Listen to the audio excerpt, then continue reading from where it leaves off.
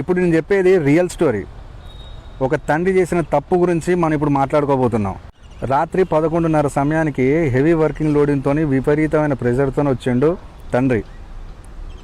ఆ అలసటతో చికాకుతో కూర్చునేసరికి కొడుకు ఏదో ఆట ఆడుకుంటే చిన్న వస్తువుని కిందేసిండు. ఆ చికాకుతో పోయి అక్కడే ఉన్న చిన్న కర్ర తీసి చేతి తీసుకొని పల్ల 2 వేసిండు చేతి మీదనే.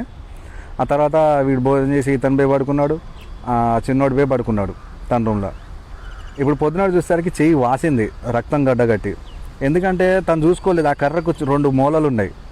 మార్నింగ్ పోయి హాస్పిటల్లో డాక్టర్ చూపెడితే ఇది సెప్టిక్ అయిందని చెప్పిండు. మరి ఇప్పుడు పరిస్థితి ఏంటంటే చెయ్యి తీసేయాలి, అరచేయి తీసేయాలి, లేదంటే మాత్రం మొత్తం చెయ్యి బాడీ డ్యామేజ్ అయ్యి పిల్లాడికి ప్రమాదం ఉందని చెప్తే చేసేదేం లేక ఆపరేషన్ చేసి ఆ చెయ్యి తీసేస్తారు. కట్టుకట్టేసి ఆపరేషన్ సక్సెస్ అయింది. బెడ్ మీదనే తండ్రి కూర్చున్నాడు. కళ్ళు తెరవడం ఆలస్యం. నాన్న అని తీసి లగ్గున పోయి హగ్ చేసుకున్నాడు మెడకేసి. నాన్న నా చేతికి ఏమైంది నాన్న అని అడిగాడు. తండ్రి ఒకటే ఏడుస్తూ ఉన్నాడు. కన్నీళ్ళు అలా వెళ్ళిపోతాను. ఏమైంది నాన్న, ఎందుకు ఏడుస్తున్నావు నాన్న? నాన్న నిన్ను ఇంకోసారి ఏడిపోయాను నాన్న, నువ్వు చెప్పినట్టు ఇంటా, అలర్ట్ చేయను, మరి నా చేయి నాకు ఇవ్వమని నాన్న అని ఏడిసేసరికి తండ్రికి ఏం చేయాలో అర్థం కాదు. ఎందుకంటే ఆ చేయి పోవడానికి కారణం తండ్రే కదా. ఇప్పుడు ఆ వస్తువుని మళ్ళీ కొనుక్కోగలుగుతాడు, కానీ కొడుకు ఇంకో చేయిని అతుకు పెట్టించగలుగుతాడా? లేదు కదా. ఇక ఆ చేయి చూసిన ప్రతిసారి కొడుకు ఎలా బతాడు, ఏమవుతుంది అని ఆయన ఫ్యూచర్ ఆలోచనలోకి వెళ్ళిపోయి ఇక ఉండకూడదు అనుకున్నాడు. ఆలోచనలు తెలుసు కదా, ఎప్పుడు మన కంట్రోల్లో ఉండవు. డిప్రెషన్లో వేయండు. ప్రతిసారి వాడు అన్నం ఎలా తింటాడు, వాడు ఎలా బతాడు, ఎలా పని చేస్తాడు, వాని భవిష్యత్తును మొత్తం నాశనం చేసింది నేనే అని విపరీతమైన డిప్రెషన్లోకి వేయండు. ఇక ఎవ్వరికి చెప్పకుండా డైరెక్ట్ 8వ అంతస్తు మీకు వెళ్ళి నేరుగా కింద దూకి చచ్చిపోయాడు.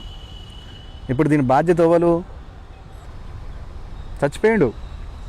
ఇప్పుడు ఆ పిల్లాడికి చేయి లేకుండా చేసిండు, ఆ పిల్లాడికి తండ్రి లేకుండా చేసిండు, ఆ పిల్లగాడికి మంచి భవిష్యత్తు కూడా లేకుండా చేసిండు. కావాలని చేసిండా? కాదు. తనకి ఇష్టం లేని ఉద్యోగం అయి ఉండొచ్చు, లేదా ఒత్తిడితో కోరుకున్న ఉద్యోగం అయి ఉండొచ్చు. ఈరోజు చాలామంది అదే పని చేస్తూ ఉన్నారు. ఏదో పని చేసి ఇచ్చి పైసలు సంపాదిస్తే చాలా అనుకుంటారు, కానీ పైసల కంటే పని కంటే అతి విలువమైంది మన కుటుంబ సభ్యులు. వాళ్ళతోనే మనం టైం తీయాలి, వాళ్ళకే వీలైనంత ప్రేమని ఇవ్వాలి. ఇప్పుడు ఆ కుర్రాడికి ఏమున్నది, బ్రైట్ ఫ్యూచర్ అంతా పోయింది కదా. కాబట్టి వీలైనంత వరకు మనకు ఇష్టమైన పనులు చేయడం వల్ల మనం హ్యాపీగా ఉండడం కాదు, మన తోడు ఉన్న వాళ్ళని కూడా హ్యాపీగా ఉంచడానికి మనం దోహదపడతాం. స్టోరీ ఏమాత్రం నచ్చినా చిన్న లైక్, వీలైతే కామెంట్ చేయండి, లేకపోతే వదిలేయండి. Bye friends.